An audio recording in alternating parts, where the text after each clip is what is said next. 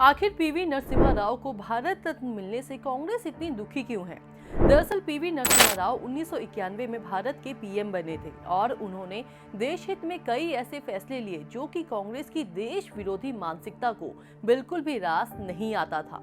मतभेद होना फिर भी ठीक है, मगर नरसिम्हा राव जैसे देशभक्त एवं महाविद्वान व्यक्तित्व से सोनिया और उनका गुट इतना नफरत करने लगा कि जब 2004 में उनका निधन हुआ तो इन लोगों ने उनके शव को कांग्रेस मुख्यालय में आने तक नहीं दिया। जी हाँ, जिस प्रधानमंत्री ने देश की आजादी में अपना योगदान दिया हो, जिसने 1991 में आर्थिक महामारी से देश को बाहर निकाला हो, उस महान शख्स का शव दिल्ली में 24 अकबर रोड के बाहर पड़ा रहा और सोनिया गांधी के कानों में जूं तक नहीं रेंगी। मजबूरन हैदराबाद के हुसैन सागर झील के तट पर उनका अंतिम संस्कार किया गया। अंतिम संस्कार के बाद उनके शव की इतनी बुरी दुर्दशा हुई थी कि देखने वाले भी हैरान परेशान रह गए। नरसिम्हा राव का शव आधा जला हुआ था, खोपड़ी दिख रही थी, चिता के आसपास आवारा कुत्ते घूम रहे थे।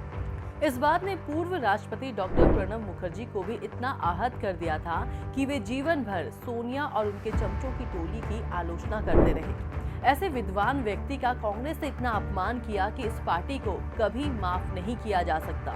दूसरी तरफ अगर देखें तो मोदी सरकार ने हमेशा उन्हें सम्मान दिया है। स्वयं मोदी जी अक्सर अपने भाषणों में उनका जिक्र करते रहते हैं, सम्मान देते रहते हैं। राजनीतिक विचारधारा भले ही अलग हो, भारत रत्न का सम्मान देकर मोदी जी ने दिखला दिया कि पीवी नरसिम्हा राव के सिद्धांतों के असली वारिस अगर कोई है तो वो सिर्फ और सिर्फ नरेंद्र मोदी जी।